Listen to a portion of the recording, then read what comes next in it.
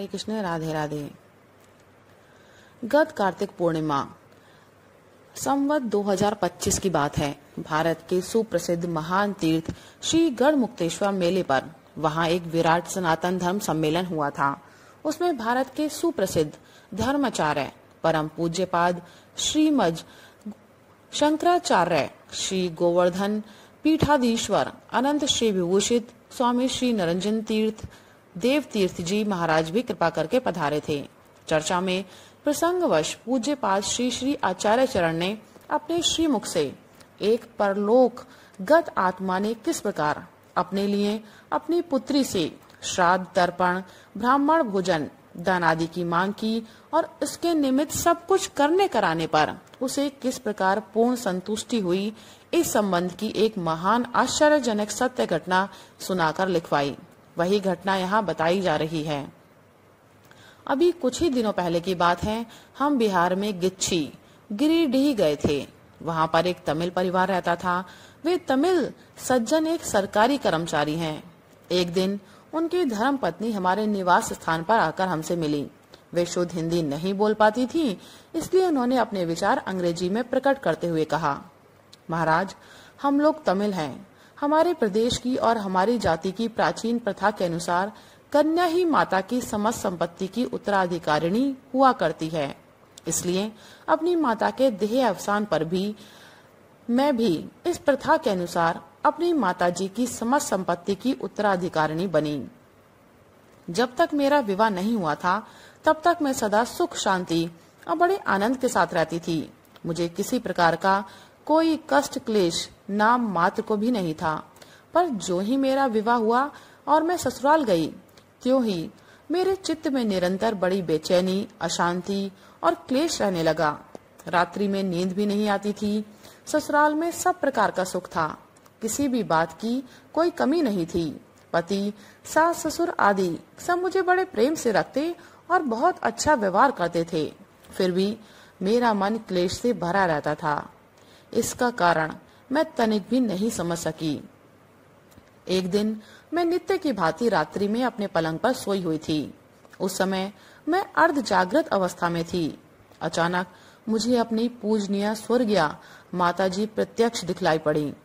माताजी उस समय बड़ी बेचैन और बड़ी ही दयनीय अवस्था में थी। मैं उन्हें इस प्रकार देखकर एकदम घबरा उठी। अपनी पूज्य माताजी को ऐसी दुखद अवस्था में देखकर मुझे बड़ा ही कष्ट हुआ। उस दिन दुख के कारण मुझे रात्रि भर नींद नहीं आई। कई दिनों तक मेरा बड़ा बुरा हाल रहा। मैंने अपने पूज्य पतिदेव को अपनी पूज्य माताजी के इस प्रकार की कष्टकर अवस्था में दर्शन होने की बात सुनाई, तो वे भी मेरी बात सुनकर बहुत ही विस्मित और बड़े दुखी हुए। अंत में एक दिन मैंने अपने पूज्य पतिदेव के साथ रात्रि में एक जगह बैठकर अपनी स्वर्गीय पूज्य माताजी का मन ही मन ध्यान किया और यह कहा कि माताजी, हमें आपको दुखी अवस्था में देखकर बड़ा भारी दुख हो रहा है। आप स्वयं क्यों ऐसी दुखी अवस्था में हैं और हमें भी क्यों दुखी करती हैं? इसका कारण बताने की कृपा कीजिए और यदि हमसे कोई भूल या अपराध हो गया हो तो कृपा करके बताइए। हमारे लिए आपकी जो भी आज्ञा होगी हम उसका अवश्य ही पालन करेंगे और आपकी इस बेचैनी और दुख को दूर करने का यथाशक्ति अवश्य प्रयत्न करेंगे।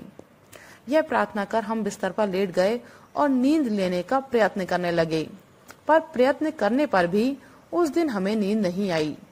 कुछ देर बाद अकस्मात मुझे पुनः माताजी प्रत्यक्ष दिखलाई दी और उन्होंने स्पष्ट शब्दों में बड़े क्रुद्ध स्वर में मुझसे कहा, मैंने अपनी सारी संपत्ति की स्वामिनी तुमको बनाया था, किंतु मैं आज यहाँ भयानक कष्ट पा रही हूँ। तुम लोग मेरी संपत्ति का खूब उपभोग कर रहे हो, पर मुझे कुछ भी नहीं दे रहे हो। मेरे पास वस्त्र आदि कुछ भी नहीं है। मैं भूखी प्यासी भटक रही हूँ। इधर बिना वस्त्र के ठंड से मुझे बड़ी परेशानी है।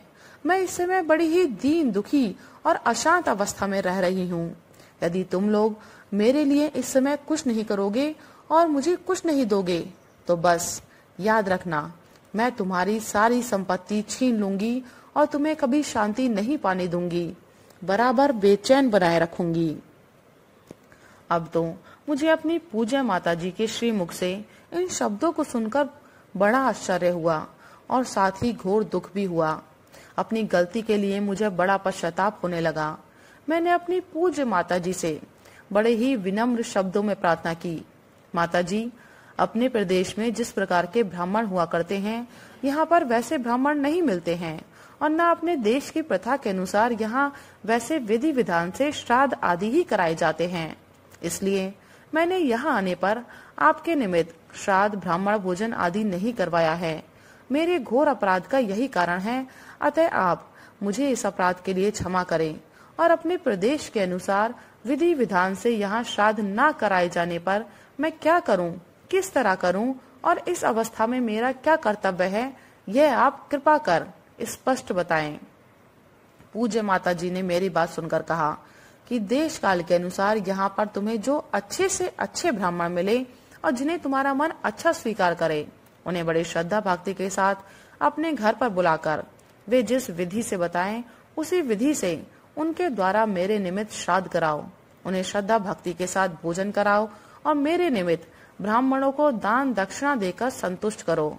मेरे निमित्त अन्न वस्त्र आदि भी दो।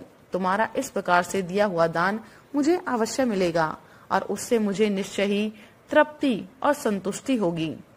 पूज्य माताजी के आज्ञा अनुसार मैंने दूसरे ही दिन यहाँ के कुछ विद्वान सदाचारी ब्राह्मणों को घर पर बुलाकर उनके द्वारा श्रद्धा के साथ अपनी पूज्या माताजी के निमित्त श्राद्ध तर्पण आदि करवाए। ब्राह्मण भोजन कराया, उन्हें दान दक्षिणा दी, यथाशक्ति अन्न वस्त्र आदि देकर पूर्ण संतुष्ट किया और सब प्रकार से उन्हें प्रसन्न करके उनका शुभ आशीर्वाद लेकर उन्हें विदा किया।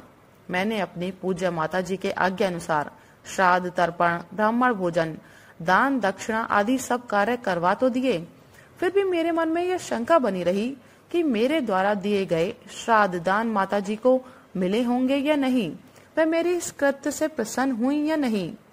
मेरे मन के इस अंतर द्वंद्व और शंका को देखकर माताजी ने 2-3 दिन बाद मुझे पुनः स्वप्न में दर्शन देते हुए अत्यंत प्रसन्न मुद्रा में कहा, बेटी, अब मैं तुम्हारे श्राद्ध कर्म से, तर्पण से, मेरे निमित्त कराए गए ब्राह्मण भोजन तथा ब्राह्मण को अन्न तथा वस्त्र आदि देने से बड़े ही संतुष्ट और प्रसन्न हूँ।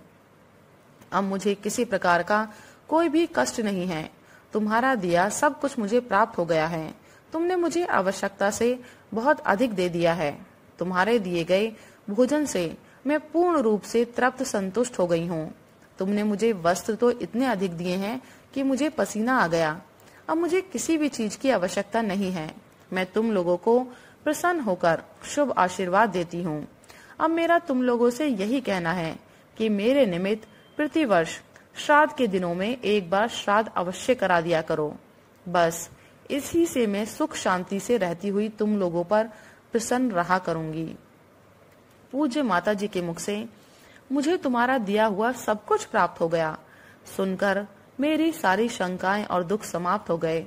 अब मैं अपनी पूज्य माताजी की आज्ञा अनुसार प्रतिवर्ष अपने स्थान पर ब्राह्मणों को बुलाकर उनके निमित्त श्राद्ध करवाती हूँ, ब्राह्मणों को भोजन कराती हूँ और यथाशक्ति उन्हें दान दक्षिणा आदि देकर प्रसन्न करती हूँ। मेरा यह नियम अब तक बराबर चल रहा है। यह आपके सामने पूज्य पाद श्रीमद जगत गुरु शंकराचार्य जी महाराज के श्रीमुख से सुनी हुई अब पूज्य श्री श्री आचार्य चरण से एक अंग्रेजी पढ़ी लिखी तमिल महिला के द्वारा कही हुई बिल्कुल सत्य घटना प्रस्तुत है। क्या अब भी हमारे शास्त्र पुराणों में दी हुई श्राद्ध तर्पण ब्राह्मण भोजन द्वारा पितरों को तृप्त करने आदि की बातों पर अविश्वास किया जाएगा? हमारे सनातन धर्म के धर्म शास्त्रों की सभी बातें अक्षर अक्षर किस प्रकार सत्य हैं, ये घटना इसका प्रत्यक्ष प्रमाण है। राधे राधे, हरे कृष्ण।